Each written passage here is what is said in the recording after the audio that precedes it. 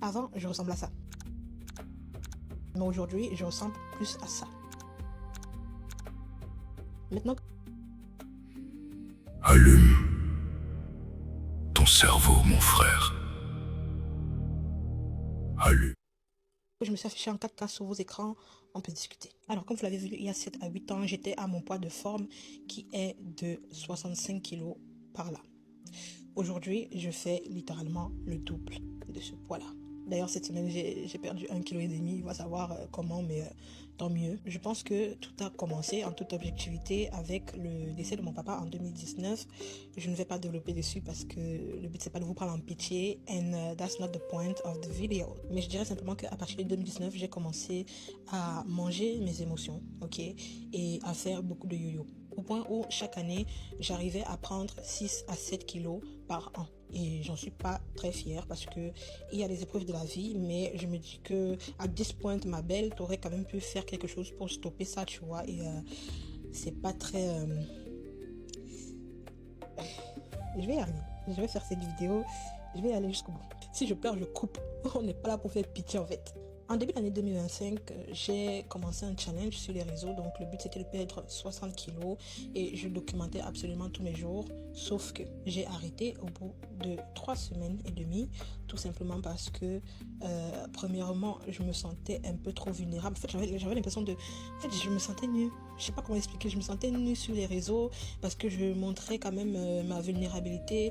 Je parlais quand même d'un sujet qui me touche personnellement et même un peu plus parce que, petite parenthèse, moi je viens d'une famille où on a ce qu'on appelle le sang gras, c'est-à-dire que on est facilement apte à prendre beaucoup de poids en peu de temps. Donc c'est le sujet du poids, c'est un sujet qui me touche en réalité depuis beaucoup plus jeune, mais bon, ça allait encore jusqu'en 2019. Donc voilà, j'ai arrêté au bout de 3 semaines et demie. Premièrement parce que je me sentais très vulnérable et deuxièmement, je m'y prenais mal en termes de documentation dans le sens où en fait, je filmais des vidéos du jour même, je les montais le soir même pour les poster le soir même.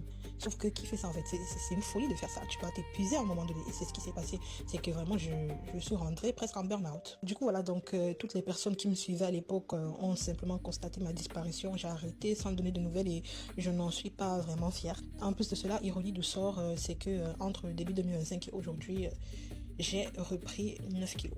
Donc c'est super. Je fais cette vidéo pas pour qu'on me prenne en pitié parce que je ne la fais pas que pour moi. Je la fais pour toutes les femmes qui vont se reconnaître dans cette situation-là, mais qui ne peuvent pas en parler et qui n'ont personne à qui en parler. Un des trucs qui me plaisait à l'époque quand je me suis lancée sur les réseaux, c'est que je recevais tous les jours des témoignages des femmes qui m'encourageaient et qui me disaient aussi que moi je les encourageais parce que voilà, je n'étais pas la seule concernée par ce sujet-là. Elles aussi, elles se sentaient concernées. Elles aussi, elles avaient besoin d'en parler. Elles avaient besoin d'encouragement. Et peut-être même que c'est votre cas à vous qui regardez cette vidéo maintenant. Peut-être que vous êtes touché par le sujet du surpoids ou de l'obésité et vous avez honte d'en parler. Bah, c'est pour ça en fait que je me relance. C'est pour ça que je crée ce compte pour créer une communauté vraiment de femmes qui ont simplement envie de se challenger entre elles, de s'encourager à perdre ce poids qui leur pourrit la vie et de retrouver tout simplement une meilleure santé et une meilleure forme. Si vous vous retrouvez dans cette description-là ou si tout simplement vous êtes une femme bienveillante qui a juste envie d'apporter son soutien à d'autres femmes qui sont directement concernées, vous êtes les bienvenus. Donc abonnez-vous parce que du coup ça va commencer. Par contre, si vous êtes juste une personne animée d'une curiosité mal placée, franchement, je préfère que vous ne vous abonniez pas. C'est pas grave. J'espère en tout cas que cette fois-ci je vais pas me décourager. J'espère que la tristesse et la peur ne vont pas gagner cette fois-ci. J'espère qu'on va pouvoir aller jusqu'au bout ensemble. J'ai une seule question derrière cette vidéo. Et si ta prise de poids était psychologique? Et si autrui nuisait à ton épanouissement? Est-ce que ton bonheur dépend des autres? Est-ce que ton bien-être dépend des autres? Est-ce que la perte d'un parent, d'un proche, devrait nous entraîner à la perte de nous-mêmes? Question très importante. On va analyser cette vidéo petit à petit et je vais vous expliquer beaucoup de choses sur ce qu'on appelle la prise de poids psychologique et la perte de poids psychologique. Allons-y doucement, doucement avec la reine Dear Estelle. Allons-y. À ça. Mais aujourd'hui, je ressemble plus à ça. Maintenant que je me suis affichée en... Avant de continuer, est-ce qu'elle est belle? Est-ce qu'elle est belle? Moi, j'ai vu Youyou. Youyou est mignonne ici. Elle s'amuse. Elle ne fait qu'elle stresse sur pour vos elle. écrans. Regardez Youyou ici. Regardez. Regardez Youyou. Elle est belle. Avant, je ressemble à ça. Après, je ressemble à Mais ça. aujourd'hui, je ressemble plus à ça. Est-ce qu'elle n'est pas belle? Vous-même regardez. Youyou. Mimi. Mimi. On continue. En tout cas. Maintenant que je me suis affichée en 4K sur vos écrans, on peut discuter. Alors, comme vous l'avez vu, il y a 7 à 8 ans, j'étais à mon poids de forme qui est de 65 kg par là. Aujourd'hui, je fais littéralement le double.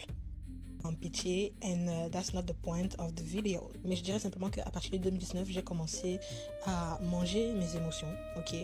Tant mieux. Je pense que tout a commencé en toute objectivité avec le décès de mon papa en 2019.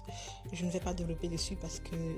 Elle a commencé à prendre le poids avec le décès de son papa en 2019. Ça arrive à beaucoup de personnes une fois qu'on a perdu un être cher. Que ce soit en amour, on peut se retrouver avec les cheveux qui commencent à tomber. On peut se retrouver avec une prise de poids. On peut se retrouver avec certaines maladies. On peut se retrouver avec certaines faiblesses. On peut se retrouver avec des stress très élevés parce qu'on a perdu un être cher. Mais la question à se poser, la personne qui s'est avancée, est-ce qu'elle sera fière que nous on la retrouve? Non. C'est pour ça qu'en accompagnement, je dis souvent aux gens, c'est ton bonheur qui fera plaisir à celui qui s'est avancé. Tu as perdu ton père, c'est un être cher, c'est quelqu'un qui était collé à toi, mais tu dois protéger ta lignée. Tu devrais protéger ta lignée. Et la meilleure façon de protéger la lignée de ton père pour qu'elle continue à exister, c'est que toi-même tu existes. Mais si tu arrêtes d'exister parce que ton père est mort, à ce moment-là, lui ne sera pas fier de toi. Il va ressentir que tu as abandonné la mission pour laquelle tu es venu protéger la lignée familiale. Ça, c'est le problème de beaucoup de membres de famille. Maintenant, on va continuer quelque part où elle parle de consommer les émotions. Allons-y. De la vie, mais je me dis que à this point, ma belle, tu aurais quand même pu faire quelque chose pour stopper ça, tu vois, et c'est pas très... Je vais y arriver, je vais faire cette vidéo, je vais y aller jusqu'au bout. Si je pleure, je... Vous savez, si je pleure... On n'est pas là pour faire pitié en fait. En début d'année 2020... Il y a une chose qui vous arrive lorsque vous commencez à prendre du poids, ça s'appelle la perte de confiance en soi. Et la perte de confiance en soi ne va que vous plonger. La perte de confiance en soi ne va que vous plonger. Il faut savoir une chose, le corps c'est comme ça. Si vous devenez handicapé, vous allez faire comment? La vie est faite ainsi. Le matin ça va, le soir ça ne va pas. Le matin tu sors avec un pied, le soir tu n'as pas un pied. Ce qui veut dire que lorsque tu nais, grandis en sachant que aujourd'hui je peux être beau, demain je peux être laid. Tu peux avoir un accident, tu peux avoir un incident, tu peux avoir quelque chose, tu perds cela et tu développes ton mental à cela. Et c'est ce mental-là qui va t'accompagner dans ta perte de poids. Mais si tu as peur comme tu as peur là, tu ne perdras jamais le poids. Parce que chaque fois que tu rencontreras le regard d'autrui sur toi, tu vas commencer à stresser. Moi, je vais parler de moi. Parce que moi, je suis sur les réseaux sociaux et mon gros ventre est là. Je connais pourquoi j'ai le gros ventre, je fais pas de sport. Moi, j'ai perdu, pendant la guerre de l'Ukraine, j'ai tout perdu. J'ai perdu tout. Je suis arrivé, la perte là m'a entraîné un problème de rein. Ça m'a entraîné un problème des os. Vraiment, cette perte que j'ai eu à faire. Et je me suis retrouvé en train de prendre le poids parce que je stressais. J'étais quelqu'un qui était autour de 15 000 € chaque mois et je me retrouve à peine. On m'avait donné 400 € en Allemagne. Et là, je souffre. Comment je peux vivre avec 400 € alors que je vivais avec minimum 3 000 € chaque mois? Mes entrées en banque étaient quand même autour de 14 000 à 15 000. Comment je vais me retrouver comme ça?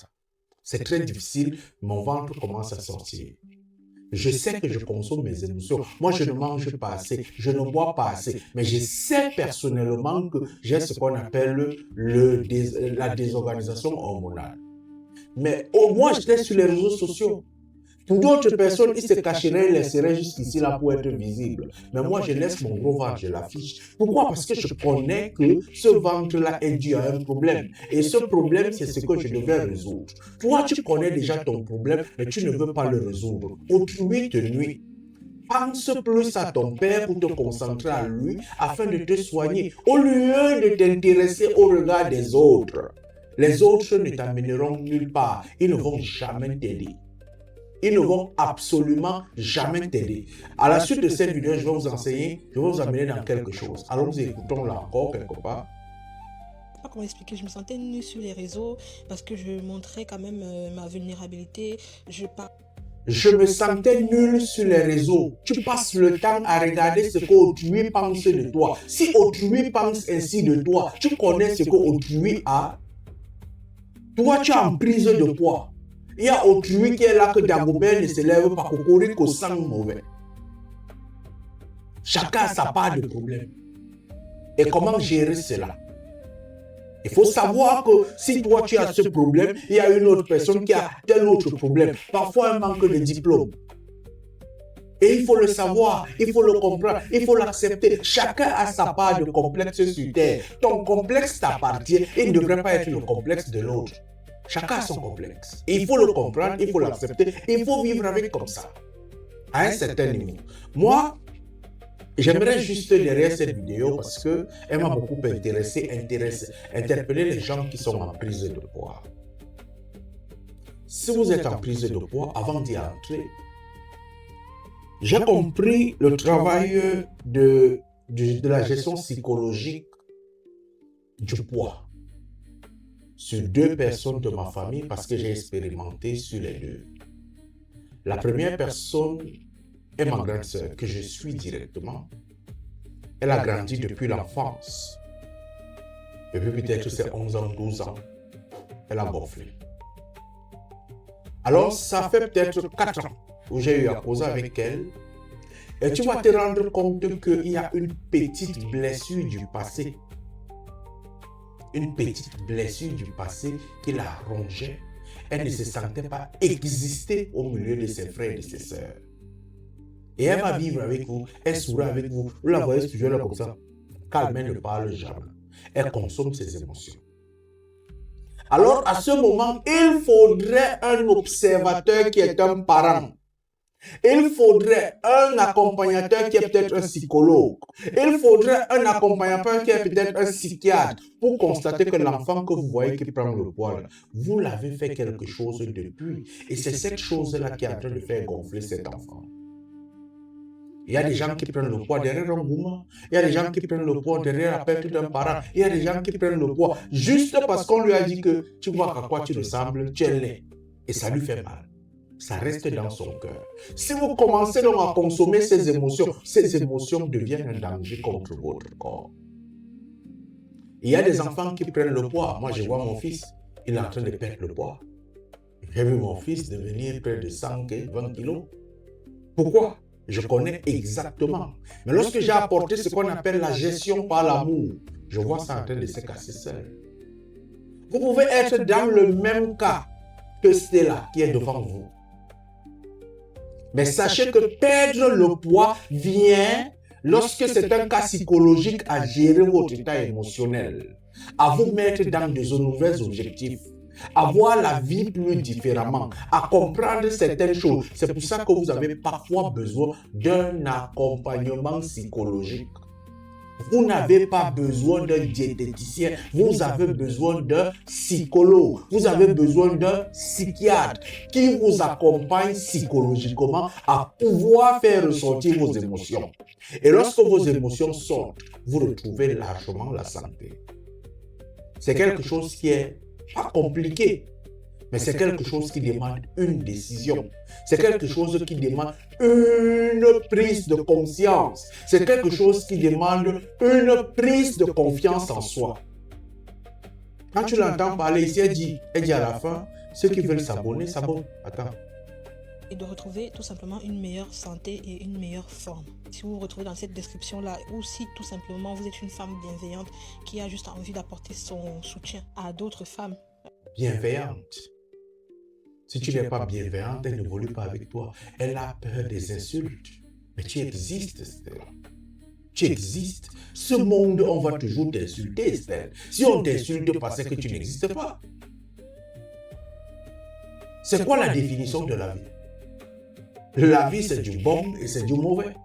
Mais si toi, tu as peur qu'on t'insulte toute ta vie, ne vis pas. Mais si tu veux vivre en paix, il faut savoir que autrui dira toujours quelque chose de ce que tu es.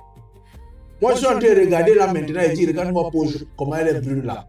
Il y a d'autres personnes qui n'aiment pas les filles claires. D'autres personnes aiment les filles noires. D'autres personnes ne vont pas aimer tes cheveux afro. D'autres personnes ne vont pas aimer ton juste corps. D'autres personnes ne vont pas parler de comment tu t'es habillé avant de sortir. D'autres personnes diront ce qu'ils pensent. Mais comment exister dans un monde où tout le monde peut dire ce qu'il pense? C'est de vivre pour soi, pas vivre pour les autres. De surcroît, si tu as besoin d'un accompagnement stratégique, d'un accompagnement psychologique, je suis la Alliance analyste psychostratégique, mon contact est quelque part. Allume ton cerveau, mon frère. Allume ton cerveau, mon frère. Allume ton cerveau. Cerveau. Ton cerveau. Respire. Redresse-toi.